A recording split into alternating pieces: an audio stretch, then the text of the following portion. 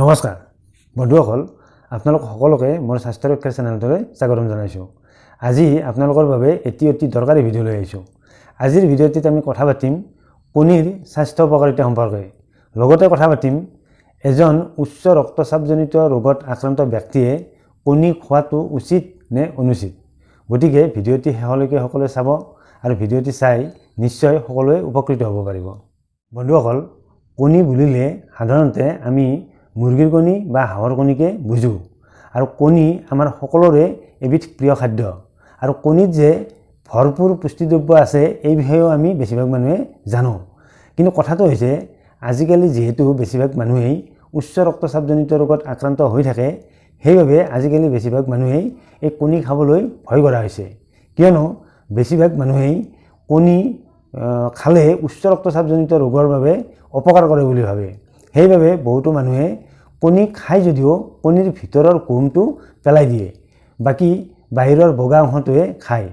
সেইবাবে আমি আজিৰ ভিডিঅ'টিত কণী উচ্চ ৰক্তচাপজনিত ৰোগত আক্ৰান্ত হৈ থকা ব্যক্তিয়ে খাব পাৰে নে নোৱাৰে সেই বিষয়ে আজি আলোচনা কৰিম।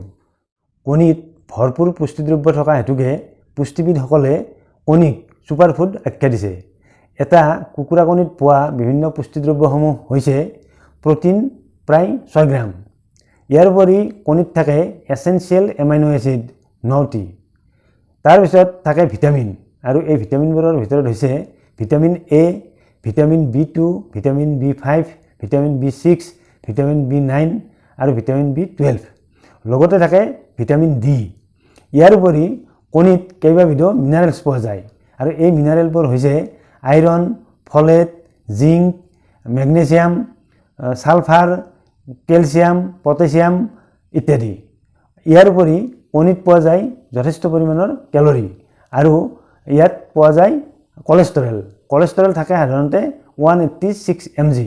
গতিকে এই পুষ্টিদ্ৰব্যসমূহৰ বাবেই পুষ্টিবিদসকলে কণীক ছুপাৰ ফুড আখ্যা দিছে। কণীত এই পুষ্টিদ্ৰব্যসমূহ থকাৰ লগতে আৰু কিছুমান অতি দৰকাৰী উপাদান পোৱা যায়। ইয়াৰ ভিতৰত কণীত থকা দৰকাৰী উপাদান এবিধ হৈছে কলিন। কলিন নামৰ এই উপাদানবিধে সাধাৰণতে গৰ্ভস্থ সন্তানৰ মগজুৰ বিকাশত যথেষ্ট সহায় কৰে। সেইবাবে গৰ্ভাৱস্থাত কণী নিয়মীয়াকৈ খোৱাটো অতি দৰকাৰ। ইয়াৰ উপৰি কণীত থকা আন দুবিধ অতি দৰকাৰী উপাদান হৈছে লুটিন আৰু জিয়াক্সনথিন। এই দুবিধ উপাদানে মানুহৰ চকুৰ স্বাস্থ্য ভালে ৰখাত যথেষ্ট সহায় কৰে। লগতে সূৰ্যৰ পৰা ওলোৱা আল্ট্ৰাভায়লেট ৰশ্মিয়ে যাতে মানুহৰ স্বাস্থ্য ৰক্ষাত ক্ষতি কৰিব নোৱাৰে তাৰ বাবেও এই দুবিধ উপাদানে যথেষ্ট সহায় কৰে। ইয়াৰ উপৰি কণীত থাকে যথেষ্ট পৰিমাণৰ এণ্টিঅক্সিডেণ্ট। এই এণ্টিঅক্সিডেণ্টসমূহে সাধাৰণতে মানুহৰ উচ্চ ৰক্তচাপ প্ৰতিৰোধ কৰে। লগতে মানুহৰ শৰীৰত হোৱা বিভিন্ন কেঞ্চাৰৰো প্ৰতিৰোধ কৰাত যথেষ্ট সহায় কৰে। গতিকে কণী মানুহে নিঃসন্দেহে নিয়মীয়াকৈ খাব পাৰে, আৰু পুষ্টিবিদসকলে কণীৰ এই পুষ্টি গুণৰ বাবেই ছুপাৰ ফুড আখ্যা দিছে।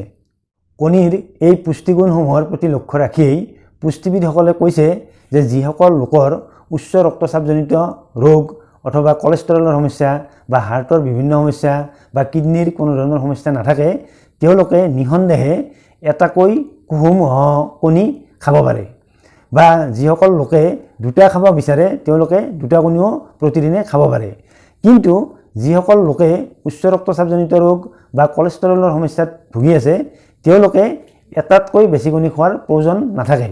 গতিকে কণী যদি নিয়মিতভাৱে খোৱা হয় তেনেহ'লে কণীৰ পৰা লাভ কৰা এই পুষ্টিগুণসমূহে মানুহক বিভিন্ন ধৰণে স্বাস্থ্য ৰক্ষাত সহায় কৰিব পাৰে। গতিকে কণীৰ প্ৰতি বৰ্তমান যুগৰ মানুহৰ যি ভয়ভাৱৰ সৃষ্টি হৈছে সেই ভয়ভাৱ আচলতে কৰাৰ কোনো প্ৰয়োজন নাই। গতিকে সকলো মানুহেই নিয়মিতভাৱে এটাকৈ কণী খাব পাৰে। বন্ধুসকল কণীৰ পুষ্টিগুণ আৰু স্বাস্থ্য উপকাৰিতা সম্পৰ্কীয় কথাখিনি শুনিলে। যদিহে আমাৰ আজিৰ ভিডিঅ'টো ভাল পাইছে তেনেহ'লে ভিডিঅ'টিত লাইক এটা কৰিব, লগতে ভিডিঅ'টি শ্বেয়াৰ কৰিবলৈ নাপাহৰিব। অন্য এটা ভিডিঅ'ত আপোনালোকক লগ পোৱাৰ প্ৰতিশ্ৰুতিৰে আজিলৈ আহিছোঁ। নমস্কাৰ।